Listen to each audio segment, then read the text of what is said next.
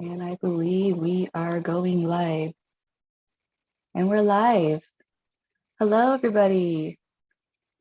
Good morning, good afternoon, good evening, wherever you are in the world. Welcome, welcome back to another video at Etchr Studio. My name is Marian. I am your host for today, and I am accompanied by the wonderful Dena Marshall. Hello, Dena. Thank you for for spending some time here. Oh, hi, Benita in the chat, right on cue, right at the dot. Love to see you here. Today we have a special live session for you. It is a live feedback session where we've collected artwork from our students who have done a number of classes from one of our teachers. In this case, it would be Dena's classes, and Dena has graciously agreed to do a feedback session in which she does a group critique with all of your beautiful work that you submitted. We've seen such amazing stuff, really lovely work, everybody. Thank you for being vulnerable and for trusting us to help you in your artistic journey, basically. Everybody who has participated in and submitted their work in for a feedback session is entered to win a drawing, an Etchr Lab gift card at the end of the presentation. You must be present to win. So if you are confirmed in the chat that you are present when I draw your name, you will be our winner for today. Okay, but we'll talk more about that later once we get started. Let's go ahead and get started with our critique session. What do you think, Dena? Absolutely, yes. I'm just reading. I've got the comments up, by the way, so I really want this to be a little bit interactive. I'll be splitting up some of the feedback into different groups. So it'd be really good to get some questions going on each group of, like values, highlights, line width, that kind of thing. So, and I've got the chat up in front of me so I can see what everybody's writing, and hello to everybody. All right, beautiful. Hey, let's go ahead and share. Ready to start? Let's get our presentation going. Give me a second, because there's a bunch of things I gotta click. So 1 second.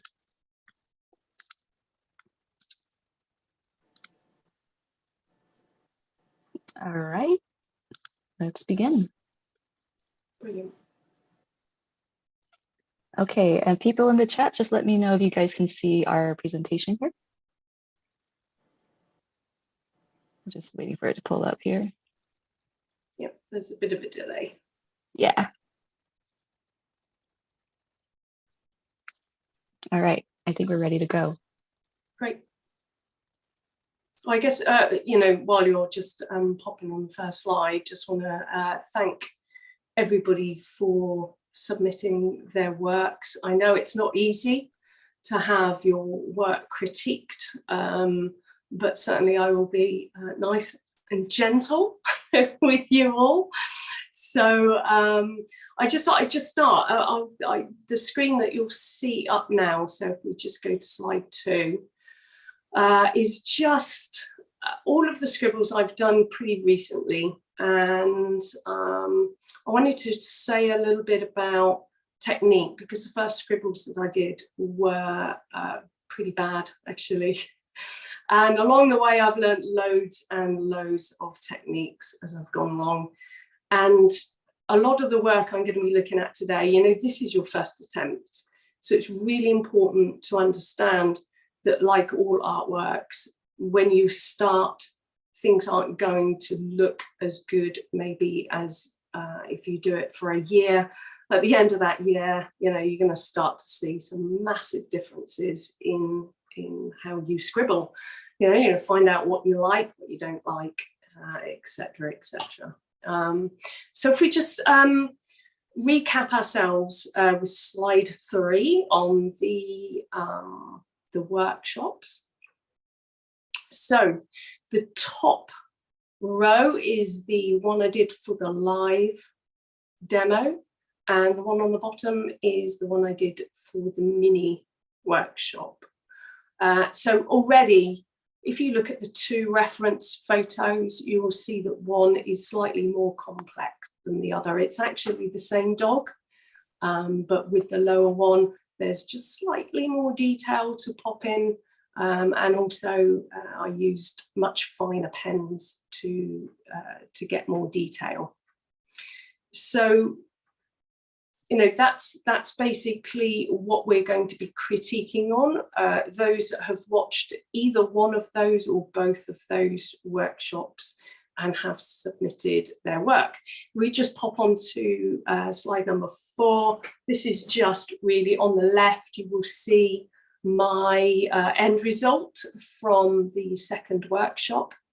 And on the right, you will also see my digital copies of this. So I did some time trials. I was going to look at a masterclass, but it didn't happen because of a lot of the changes that were happening in Etchr at the time. But basically, you can see on the third one, when there's more time, there's definitely more detail. So I'm really encouraging of you to, if you're going to go off and scribble, do it for longer and either go bigger or narrow the width of your pen down and see what happens. So if we go on to the next one, number 5, this is not scribbling, this is just ink pen. And this is just to show you really what the workshops were really focused on, which is about contrast and values. Because if you get that right, then your scribbles are going to stand out. So that's just a little thing. I'm actually going to be doing balls on my next my next live demo. So I do like drawing my balls. They're a really good way to practice. Don't be afraid to practice and do this kind of thing, by the way. All it is just little circles and then just play around with some textures and shapes and those kind of things. They're also a great way for you to discover new ways to scribble. If we just pop on to the next slide, which I did show at both the live demo and the mini workshop. This was just a very quick demonstration of the 3 values on the top. So on the left, you'll see the dark, mid-tone, light tone, moving to the right. And that's really what we concerned ourselves with the original live demo. Then on the mini workshop, we moved on to slightly more complex contrast from dark to light.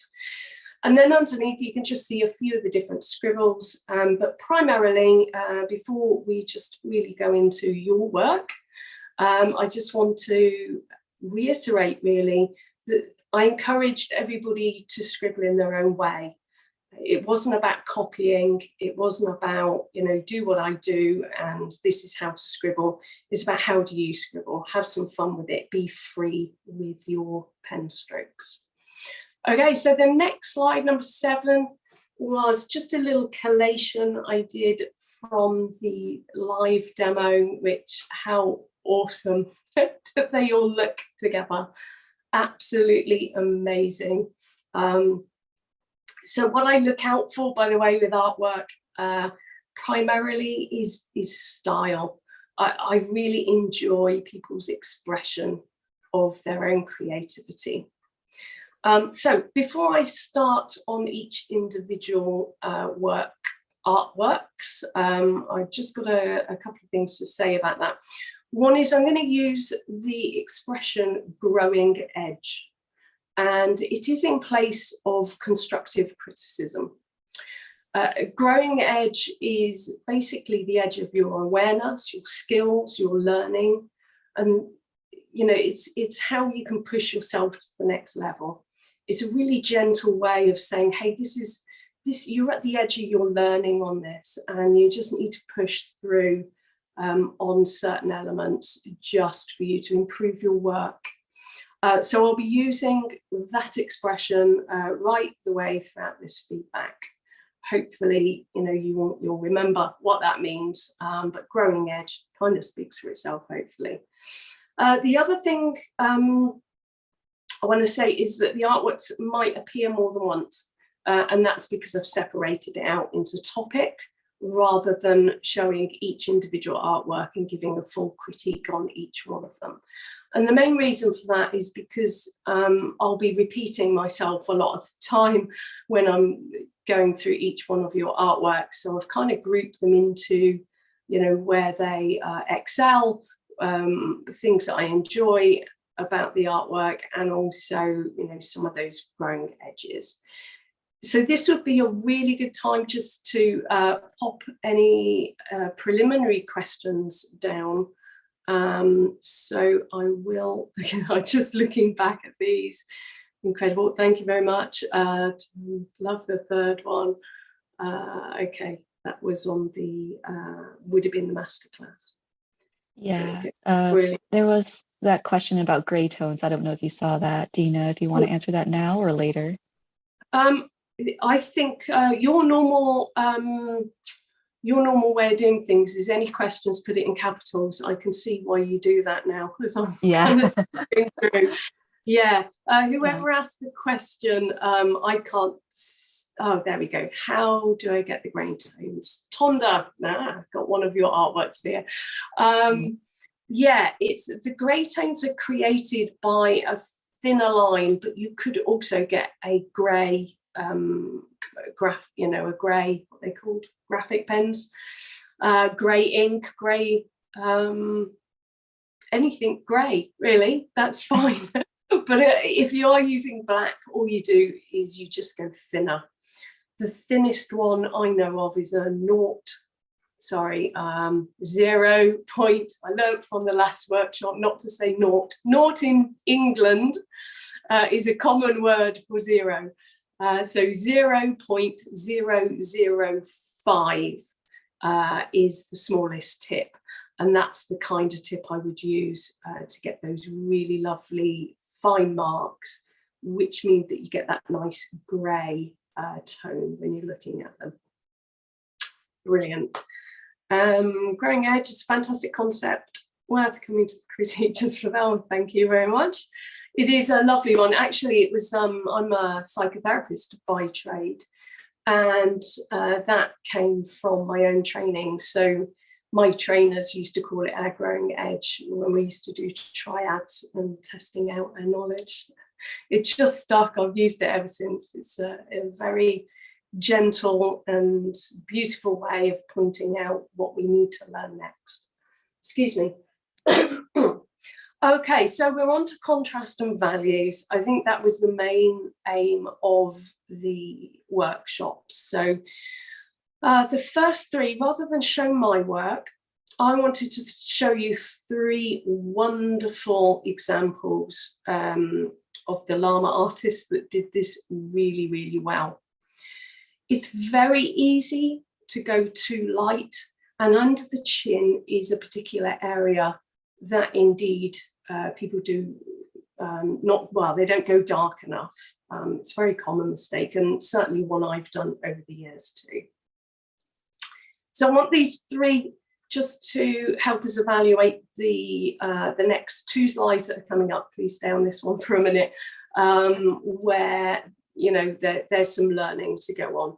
But I just wanted to outline some of these. So Tess, for example, here has outlined the ear really, really well.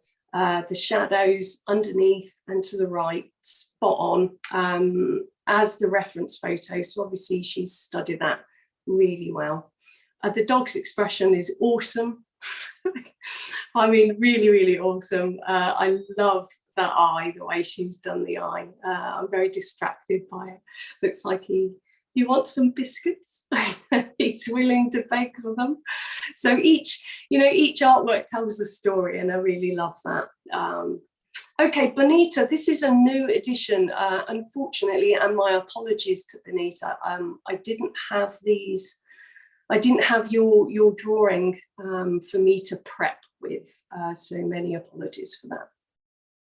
But Bonita, your shading is beautiful. You know, it's over to the right where the shadow is. You've got a really good value under the chin.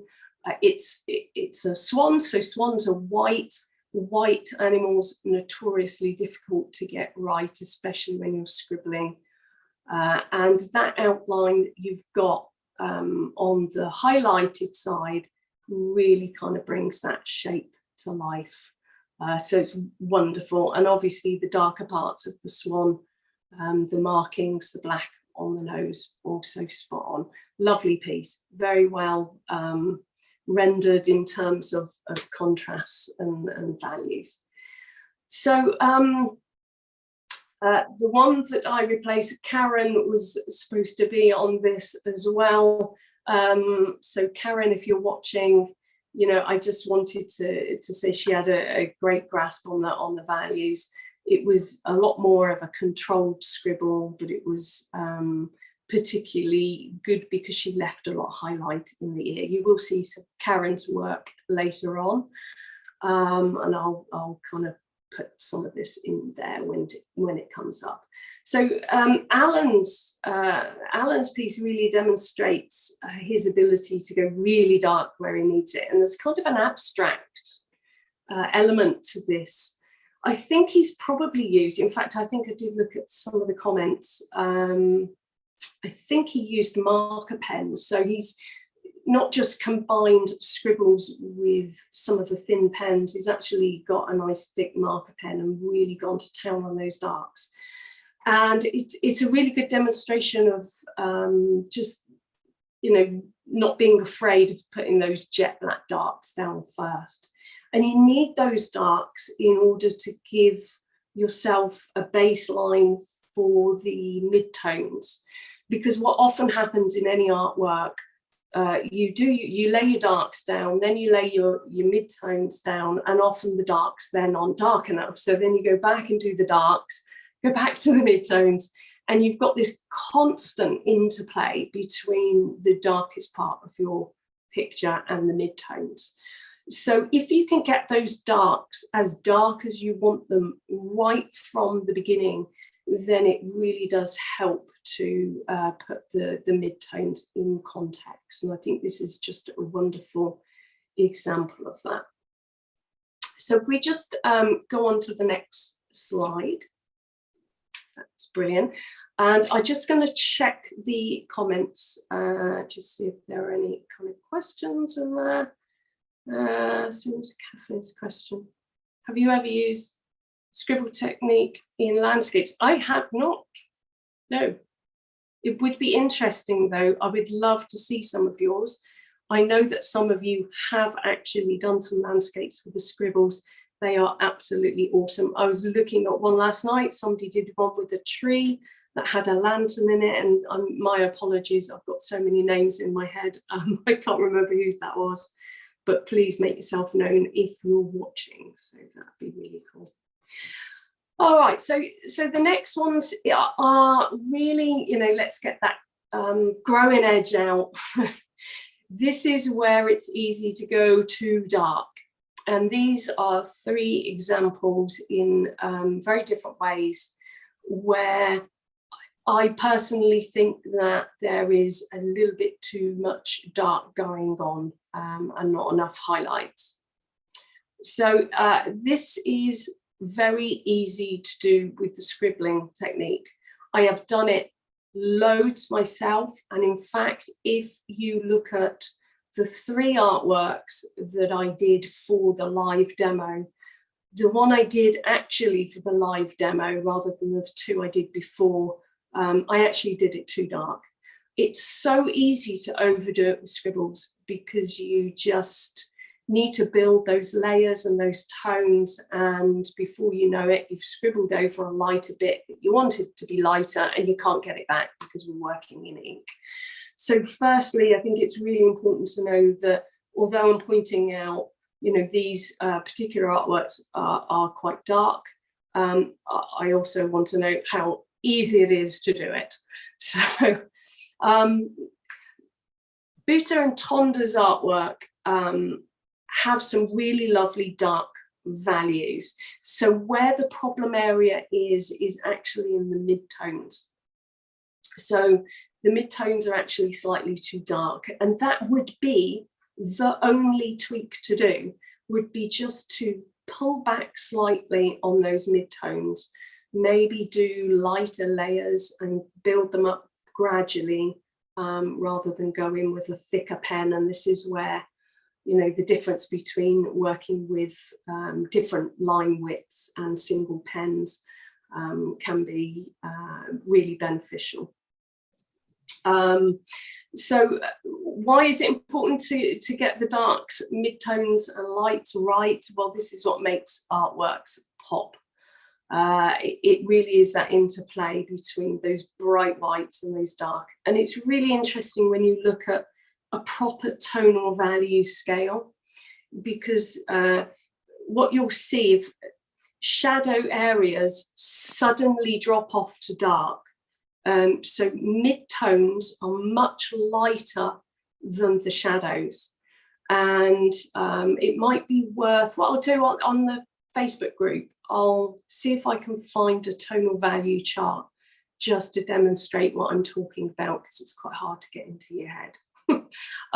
Because it goes really light, medium, and then all of a sudden it drops off and it goes really dark. There's very little difference between the midtones and light, but there's a big difference between the midtones and the dark.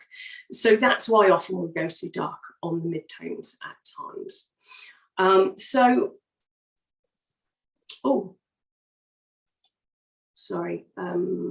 It's me. I'm just clicking on my notes just so that I can give you the really good feedback.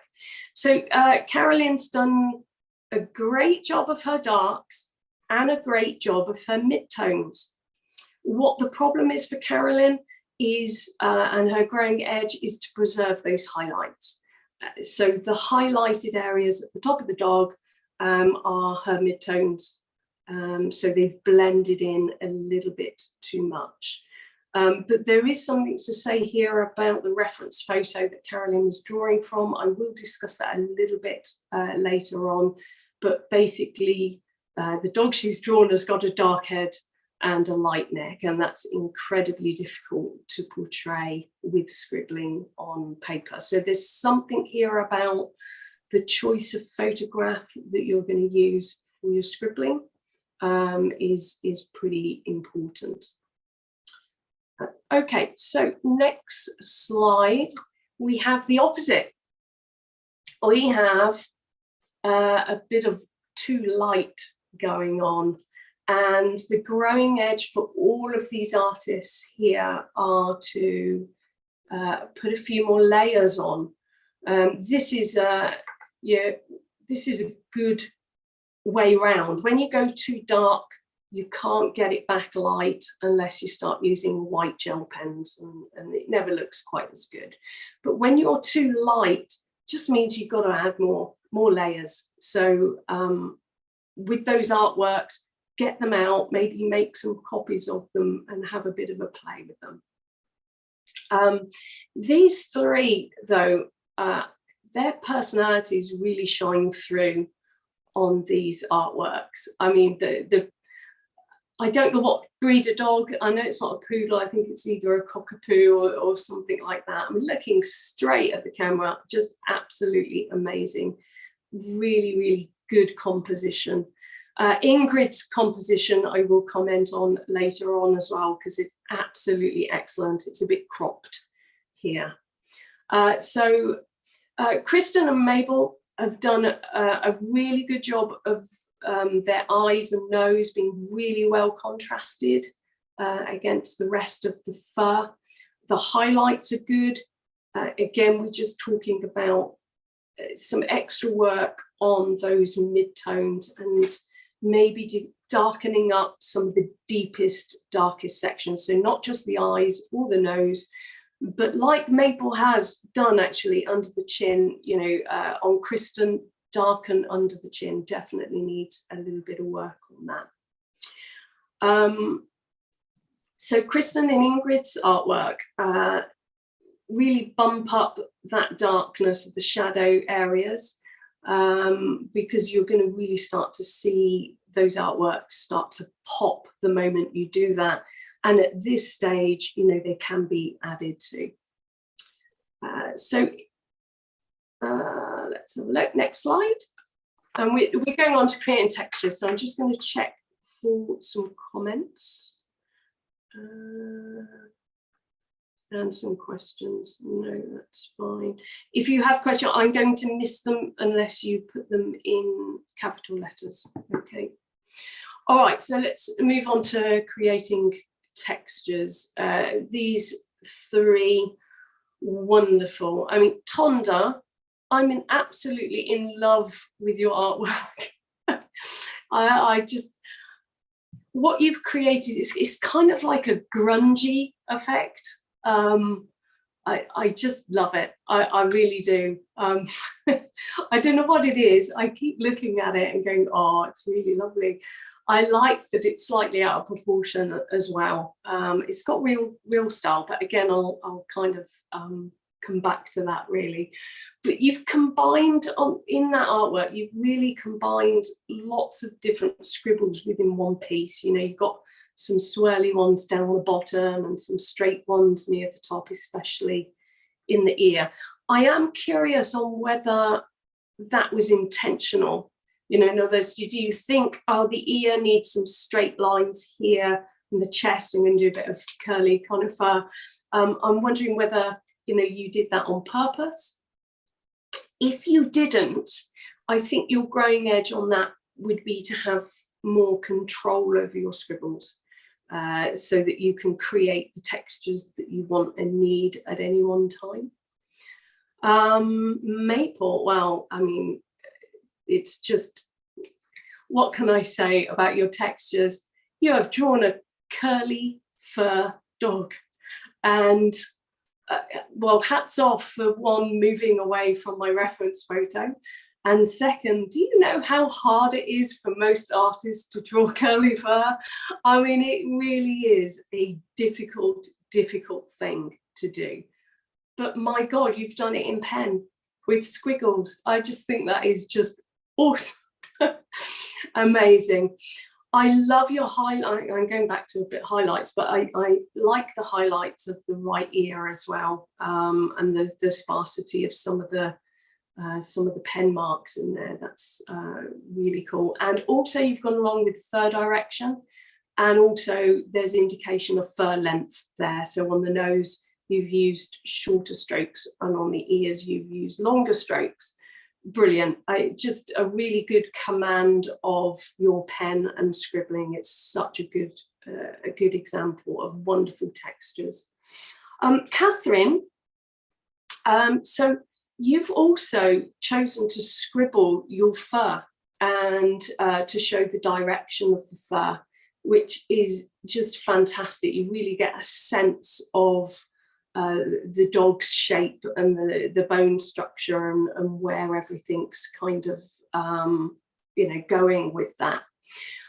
It's really good to see, actually, because I think when you start scribbling, you know, actually when you're, no, let me say, if you're not scribbling, people often get fur wrong, because they usually do fur in one direction and it's often too straight.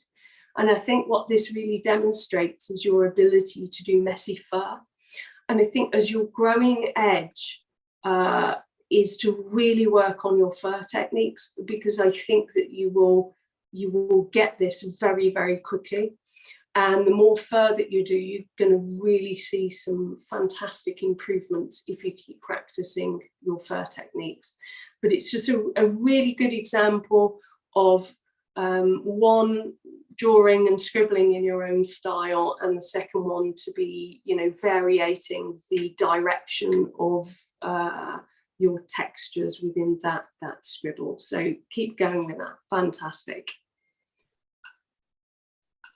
If we could just pop to the next slide. So we're still on creating textures. So I wanted to show Kristen's work on the left. What's really important about this piece is to look at the difference between the fur. She's scribbled the fur, but she's made a solid block of colour on the collar, and then she's done a stripy kind of pattern on the tag. Now, this is a fantastic example of how to separate various elements within a picture. because otherwise it can get really mucky. You know, if you're scribbling and you've got a collar and you've got fur, it's great to vary your texture and vary your scribbling technique. And Kristen has done exactly that. You know, despite a very busy artwork in terms of the scribbles of the dog, you know, the collar and the tag stand out and are very separate. So well done to you for that. So all the fur on Karen's, and this was the one I took out, sorry, to put this one in, sorry Karen. But you know, your values, by the way, you know, contrast, I was going to use as a very good example of how to do it. So quickly put that in there. But your textures on this are amazing. You know, it's almost cross-hatching. It's almost very, you know, really, really controlled scribbling, which is, you know, scribbling doesn't have to be completely random, but I think your growing edge might be to get a little bit freer with your pen scribbles. If, you know, if you're going to do a scribble, you may as well, you know, have a bit of fun with it as well. I'm not saying you didn't have fun, but yeah. But what I really love about this work with the textures is you can really kind of see those bone structures in the face. You've really gone dark enough underneath, but I can see that you've used those scribbles to get that depth. You've largely left the ear alone in terms of lots of highlights on there. But I love those tiny little scribbles that you've got in the ear that just indicate just a little bit of texture rather than it being completely white. I think it's a really good example of that. Kristen, again, on the right hand side, very different, by the way, to the other dog. Really, really different. But what you've really demonstrated well here with the textures, you've got something in the foreground. It might be a throw or it might be a sofa, and you've done that in a completely different way to the center down the chest, which are all in the right direction of the fur. And you can tell that the ears are slightly curly. It's just wonderful. There's so many textures going on in that piece. You've just done it absolutely so well. It's really, really wonderful. No growing edges with your textures. It's just really good. And a bit like Karen with those really subtle markings in the ear, you've also, Kristen, you've done those subtle markings on the muzzle, you know, on a very highlighted kind of part of the dog. That could be markings, by the way. It might have a white face and a darker body, but either way, you've really done that well. So if we go on to the next one, I just want to make sure, how are we doing on time? We're at the 30-minute mark, Dena. Okay, yeah. So I need to speed through these a bit quicker. Yeah, so we could do 15-20 more minutes. That should hopefully give you more time. I'm sure that question, I'm sure you can answer. No more questions. Yeah. So shadow highlights and markings, just a very quick kind of thing. I have put Carolyn, her dog photo in here, because I think if you just take the artwork alone, this is an example of how some photos don't translate to the scribbling technique. And this will be one of them. Through no fault of Carolyn, really, she's drawn the photo correctly. But because the markings on the dog are darker on the top of the head than underneath the chin on the neck, it doesn't translate well to an art piece where you might go, you know, how do we know that one bit is in shadow? And this is going to be always the problem when you have dark markings and shadow. And depending on where they are on your artwork will depend on whether they work well. Kristen on the right is an example of, you know, that combination of shading and markings. And the reality is the brain has to make the difference up. So it has to make sense to the brain. So as you look at Kristen's, we kind of see that slight darkening under the animal. I'm not even quite sure what animal it is. It's pretty cool, but love the teeth. But if we look at that, we know that, you know, the dark is in the right place, but then we've got darker areas on the top as well. And the brain knows then that it's a marking of the animal. When Carolyn, because of your piece, the only way you would have got away with improving that is by making the highlights on the top of the head much lighter than anything you have on the neck. So it might be that you have to darken the neck and lighten the highlights on the top of the head. And I think that's the only way you will fool the brain into thinking that the lighting is off somewhere on that. It really kind of, you know, it really shows that the photo that you choose for scribbling has to be right. And I sometimes can spend more time finding the right photo than I do actually drawing it. So, but that's a lesson in itself. I mean, really, I could do a whole session on that, because it is always a little bit tricky to find the right photo for the right medium that you're using. So, if we can move on to the next one. Again, shadows, highlights and markings. These are kind of just examples really of where the shadows and the highlights are well defined.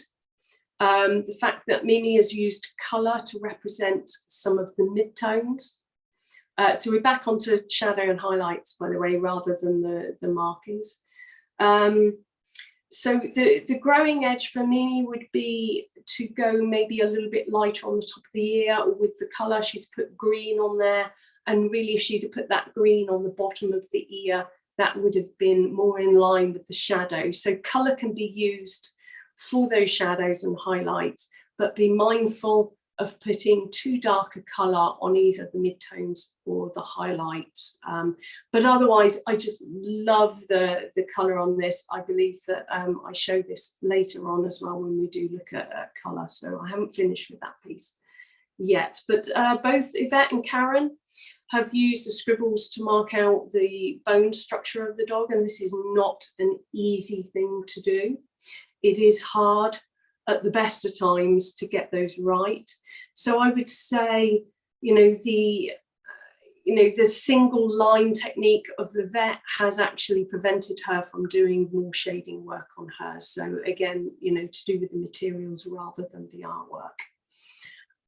So if we could click on and look at line widths, because that leads me to line widths. These are demonstrations of what I think are just single width lined artworks. And it's important to note that when you're using a single width, you are never going to get a detailed artwork. It's certainly not in the scribbling technique.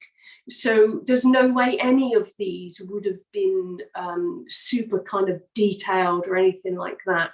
But if you look at most artists' sketchbooks, you will see these kind of drawings in them. They are the backbone of ideas. They are the backbone of practice and skill practice techniques. Wonderful, really. I actually really like thick line scribbles, and I do them every now and again. They really get you to think more about values, and each one of these, has thought about that. They've worked with that single width very well and really been able to define some of those features, even though they're only using one width. So absolutely fantastic. They got a really good instant feel to them. And yeah, keep going. Wonderful. So on the next one, we keep going on line width. This is the sort of thing you're going to do when you vary your line width. A bit more detail, a bit more complex. And the thinner the pen, the more complex pieces that you're going to be able to draw, obviously with a bit more time as well. It does take longer to do the moment you are scribbling with a smaller pen. But, I'm really encouraging that don't just do the half hour, an hour of the workshops, just go and you know, do it for a few hours and see what you can produce with a much thinner line. And yeah, you'll really get an idea much more about your midtones when you do that as well. So adding colour, which is the next screen. This is Tess Hamilton's work, and I'm really grateful that a couple of the artists put in their before and after as a submission, because you can really see how colour really enhances a piece. You know, I love your splashes, by the way, Tess. Really great. I love that you've put pink on the nose, that it's ran outside the lines. Wonderful, absolutely fantastic. The growing edge here would be to maybe use, instead of orange on the neck, I would have used something like a purple or a blue, just to really emphasize that the neck is darker than the rest of the dog. Other than that, I think it's absolutely wonderful. You've got some real subtle colors going on in the lower section by the nose and around the ear. You could have also put a darker color just at the bottom of the jowls, just to, you know, bring out that shadow. So wonderful. So the next example on the next slide is Addy, sorry if I pronounce that wrong. Again, a before and after, and wow, look at that, just putting some scribbles at the back, at the top, really matches well with the scribbles. It's kind of rough and ready, but it works, and I really like it. It really brought the dog forward off of the page.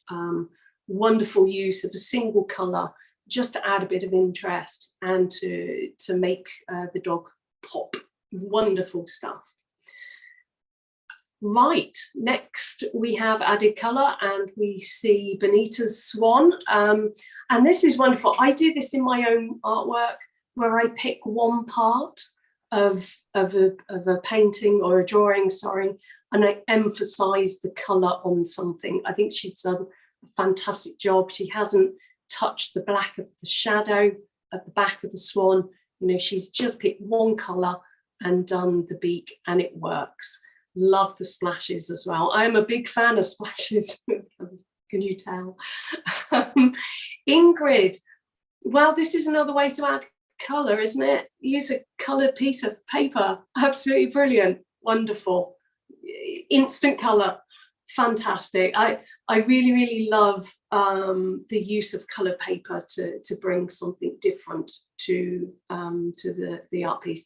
Interestingly, if you use something called drafting film to do your scribbles on, you can actually change the background because it's semi-transparent, and you can put a coloured sheet behind it and literally play around with what colours would go best when you come to frame it. So it's a really good way of adding colour. So well done, Ingrid. Mimi, again, you know, wonderful use of colour. You've got that real kind of moody grey blue used as a shadow. I think it works really well. Lots of layering going on there.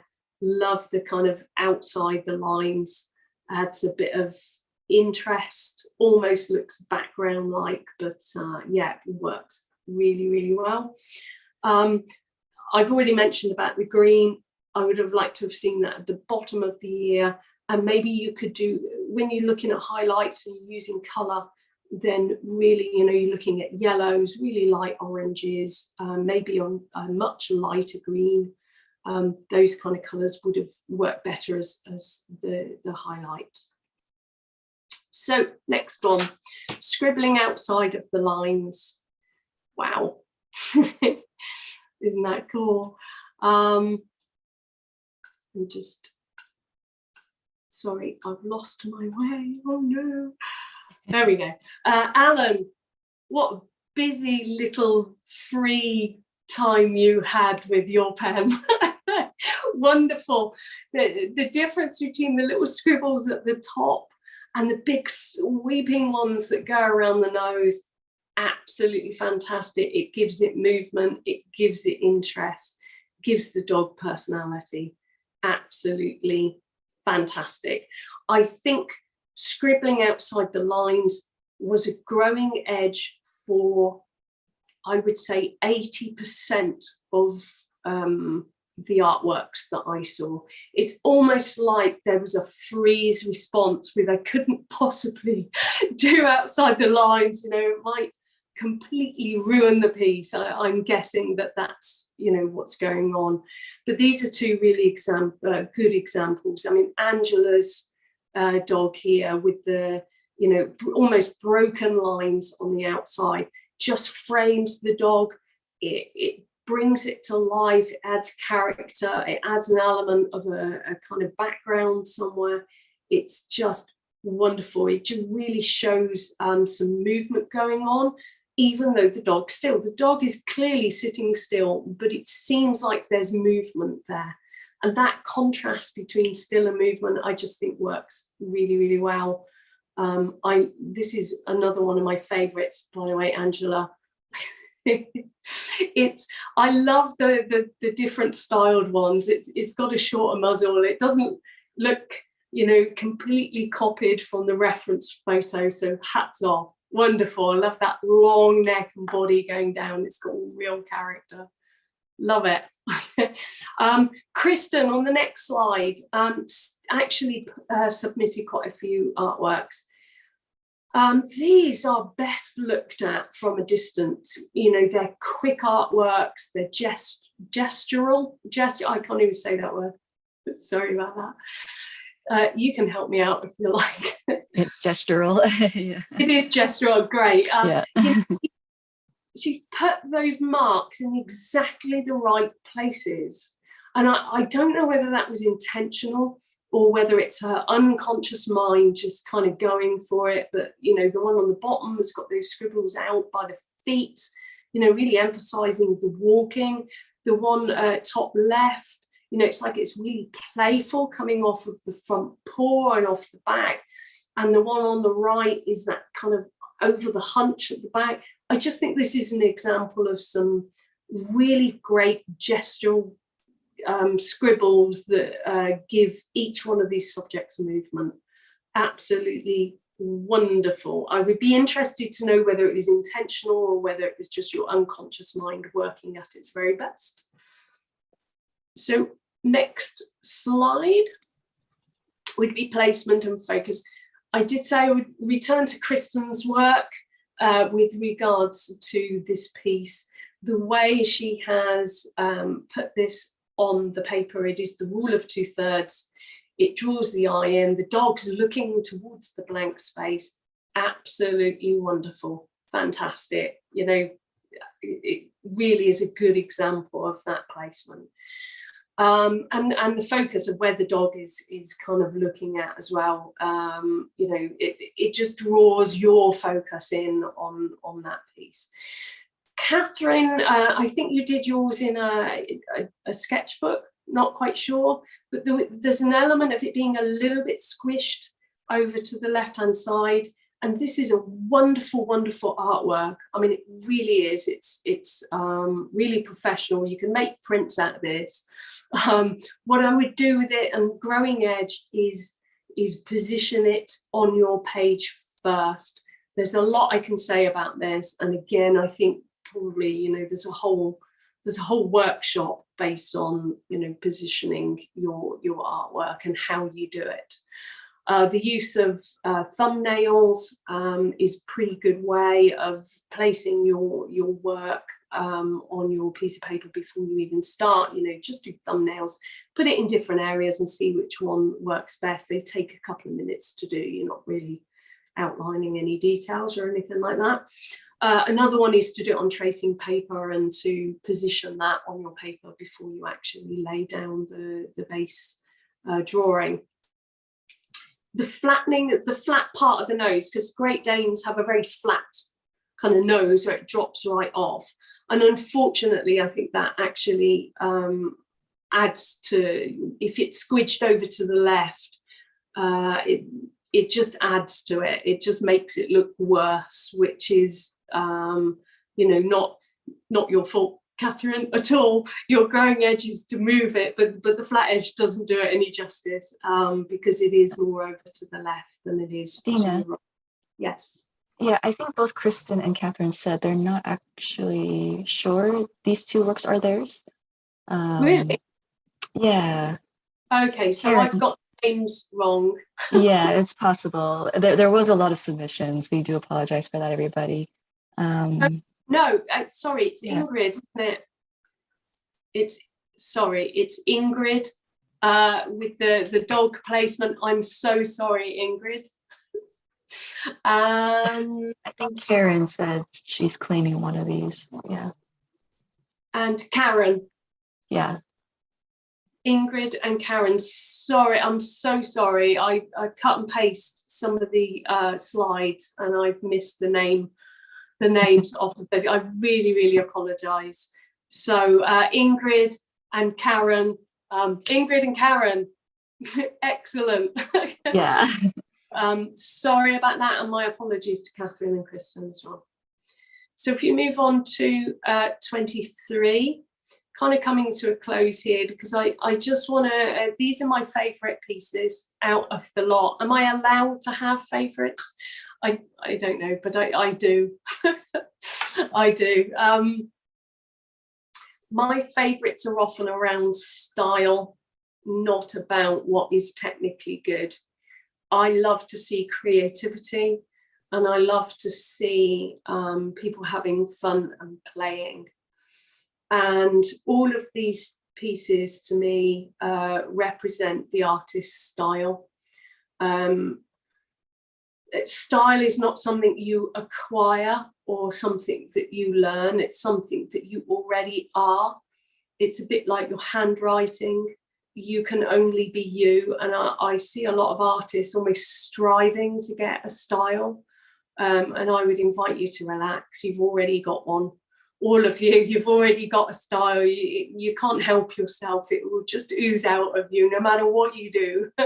So it gives you the license then just to chill out and enjoy what you do and what you draw. You know, I kind of some of the things I've already mentioned. Tonda, love. I actually love yours. It's the neck is slightly wider than the reference photo, but you know, this piece just works for me. I just really like it. I love the character of Ingrid's dog. Carolyn's got real character with those swirls and your actual style of scribbling, you know, those kind of nice little tight circles. I'd like to see more of that. I think you could, actually, there's an artist, I think she's called Sophie Alliston or something like that. Exclusively, whatever she draws or paints, she always puts swirls and squiggles in. So it kind of reminded me of her, and it's a lovely style that you have there. Mimi, your shading, your colouring is absolutely fantastic, and the dog again is not a direct copy of the reference photo. It's almost like it's really leaning forward, and it's really got a lot of character. So I really enjoyed that.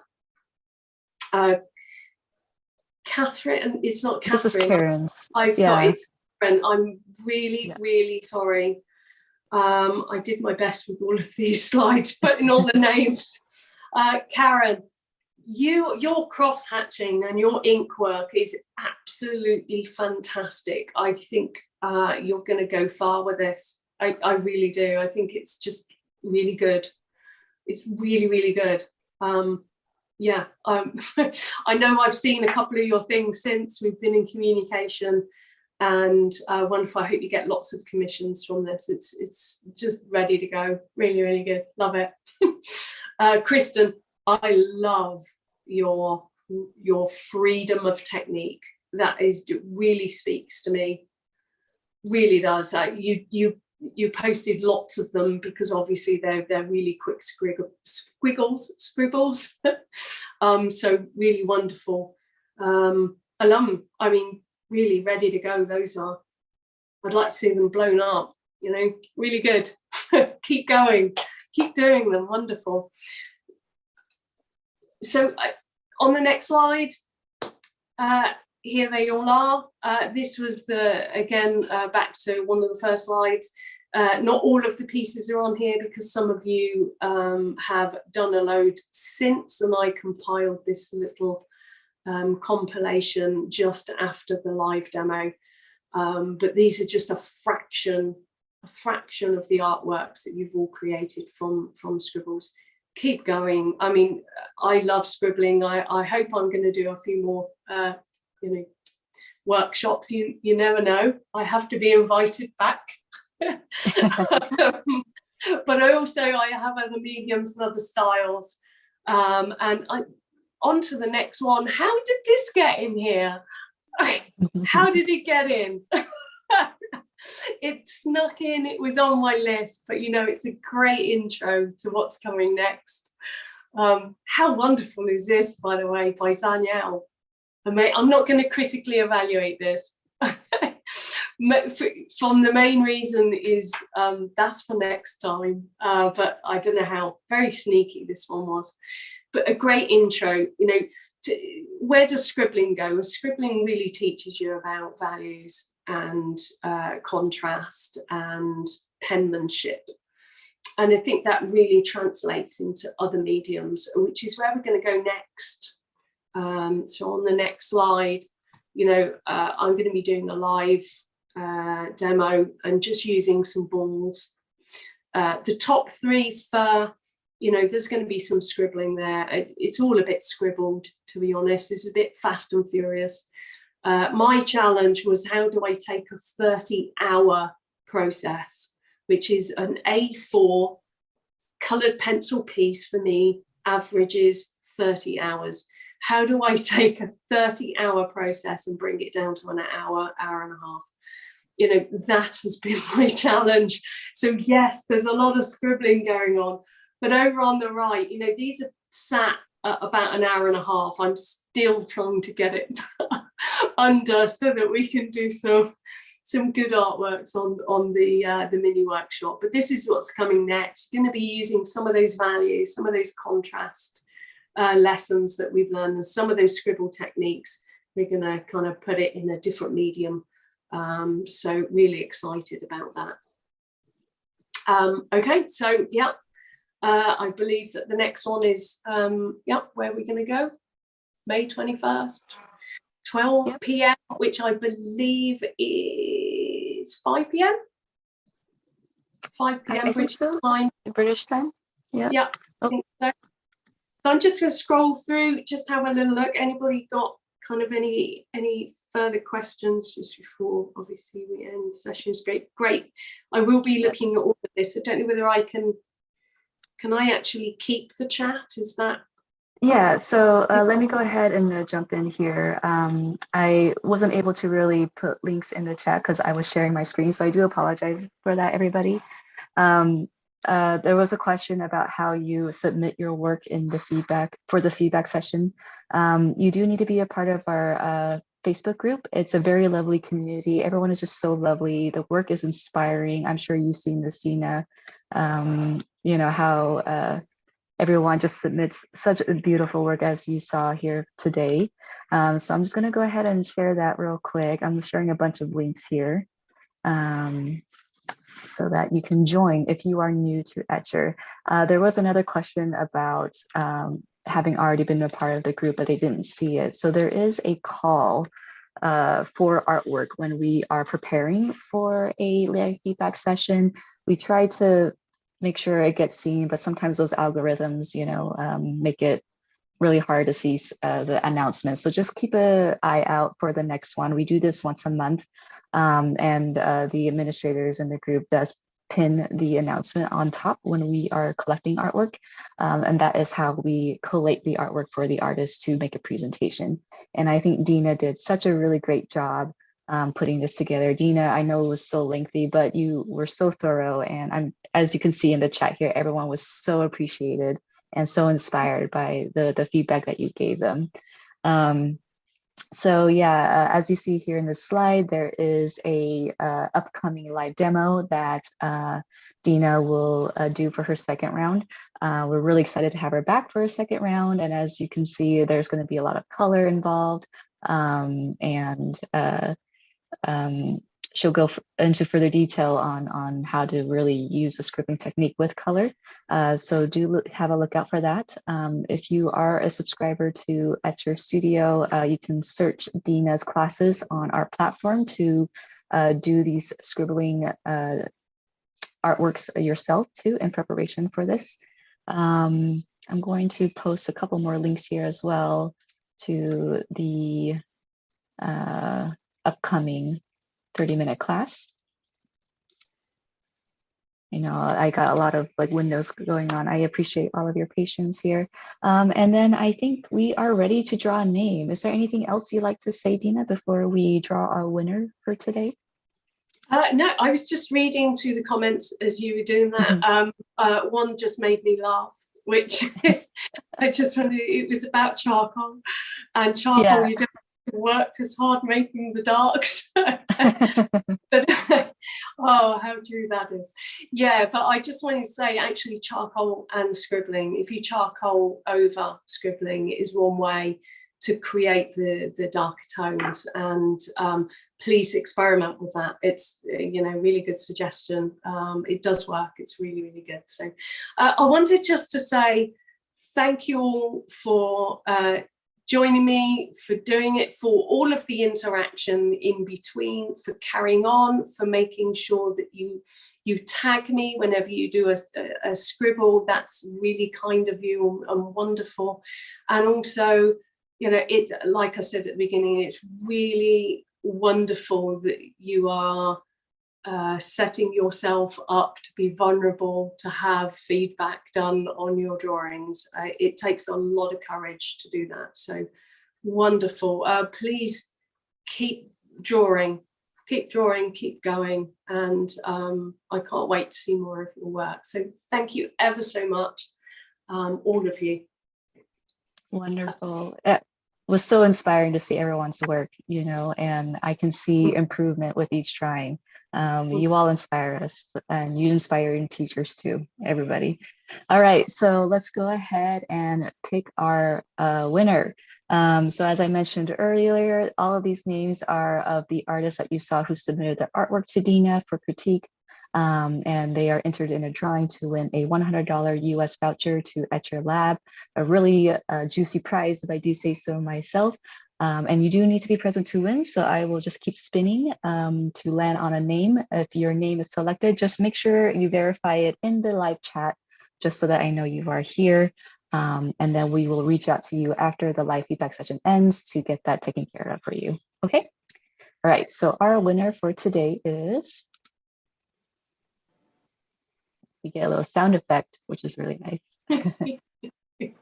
I'm excited. Who's yeah. All right, we have Yvette. Yvette Paul, congratulations. Yvette, are you here, Yvette? I think she submitted a couple works, if I remember here. Is Yvette here? Let's see. That a comment, so yes, she should be in the... Yeah, I did see her comment. Yvette, are you still here? I hope you are. I did see her name though. Yeah, not too far back actually. So yeah.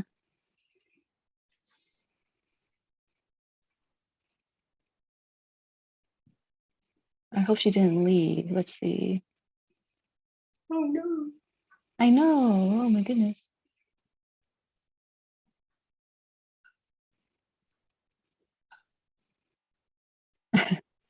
She just did a comment too, saying thank you to Dena. All right, I'm gonna give it another like 10 seconds, but I do apologize. You do need to be here to claim your prize. All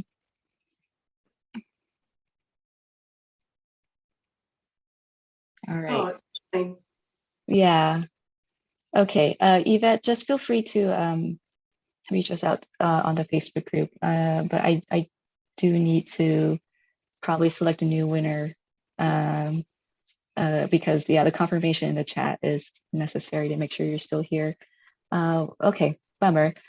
Then we'll do another spin here, all right? So everyone else gets a second chance. All right, let's see who our other winner is.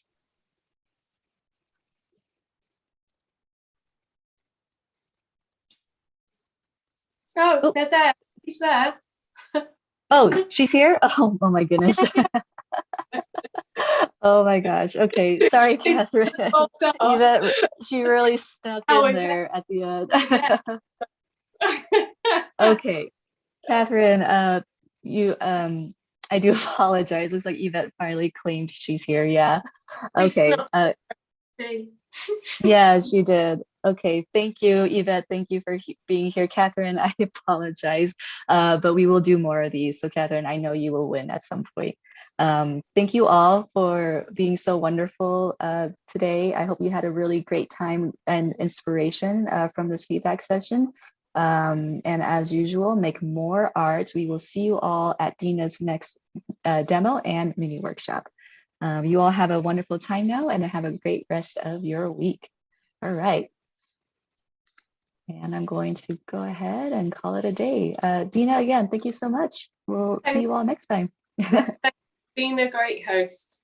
Yeah, you're very welcome. Bye, everybody. We'll see you around.